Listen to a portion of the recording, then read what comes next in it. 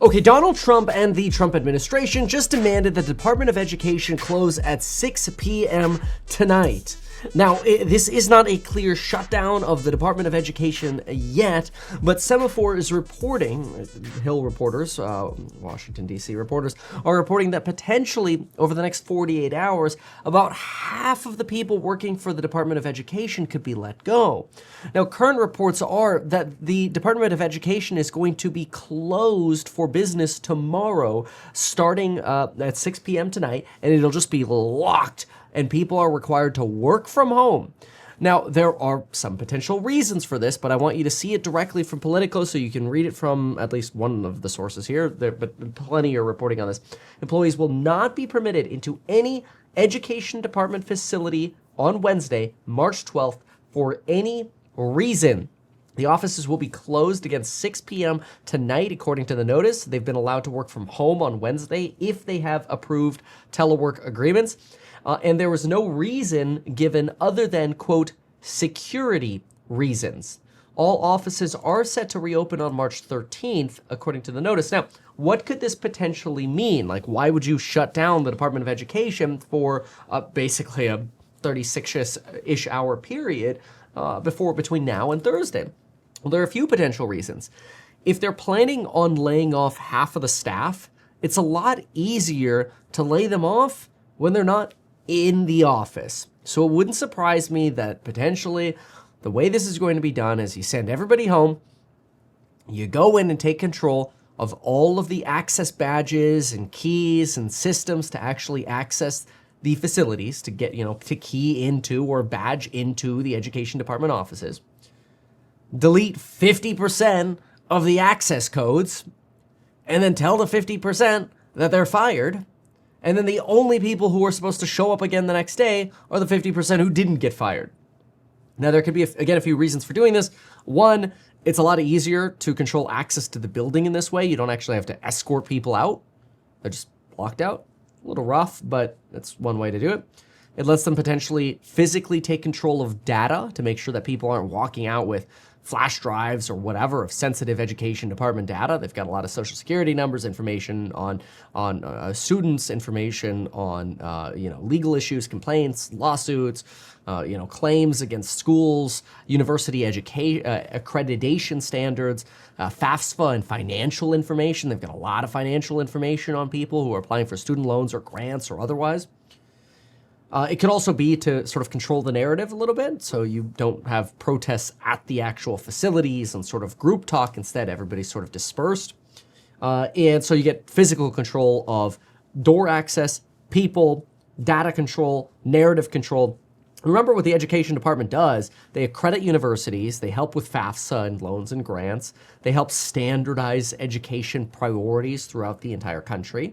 I would imagine there's going to be some sort of slam from Donald Trump over the education department's mistakes in, transgenderism or DEI or whatever he ends up saying.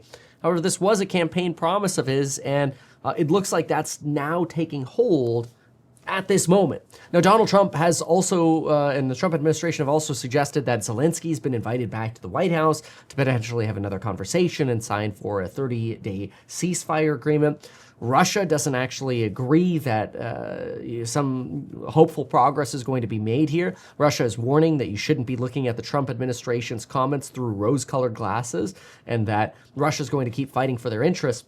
So keep this in mind. While there's hope and progress being made, oftentimes when we see changes with politics, we see 2 steps forward, 1 step back. It's kind of like earlier today, we had Canadian tariffs on our electrical infrastructure of 25%, leading to Trump doubling tariffs on steel and aluminum to 50%, leading Canada to walk back those tariffs, which were super minor tariffs anyway. Like, Trump's response was disproportionately large compared to that electrical tariff, as we talked about this morning. Wouldn't surprise me if Canada comes back at a different angle, because, again, those were pretty minor tariffs. And so, the benefit that Canada was winning off of that electrical tariff was super minor compared to the costs that they incurred there. But again, I guess that's the whole, F around and find out mentality. Although that doesn't also make a lot of friends in the international community. It potentially pisses off Canada even more. Donald Trump did come back then and suggest that, hey, for now, we're not going to implement the doubling of the aluminum and steel tariffs tomorrow. So that did help the stock market recover a little bit today, although the NASDAQ, for example, still closed down 24 basis points.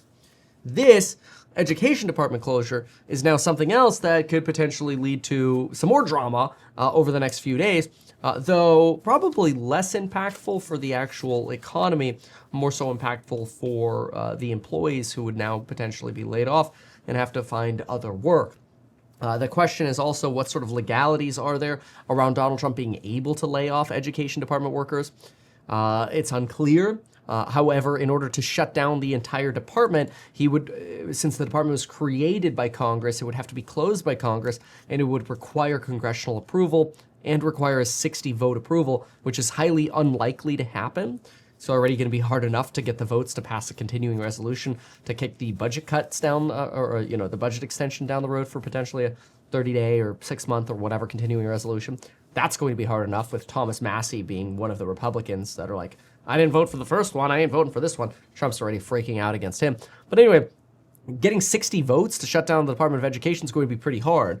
So it looks to me like what Trump is trying to do is cripple the Department of Education, and then as it basically operates as a crippled entity, he could shut it down, because then he might get the votes from Congress because they'd be failing their purposes, and then there might be more unity in shutting it down. It's an interesting strategy.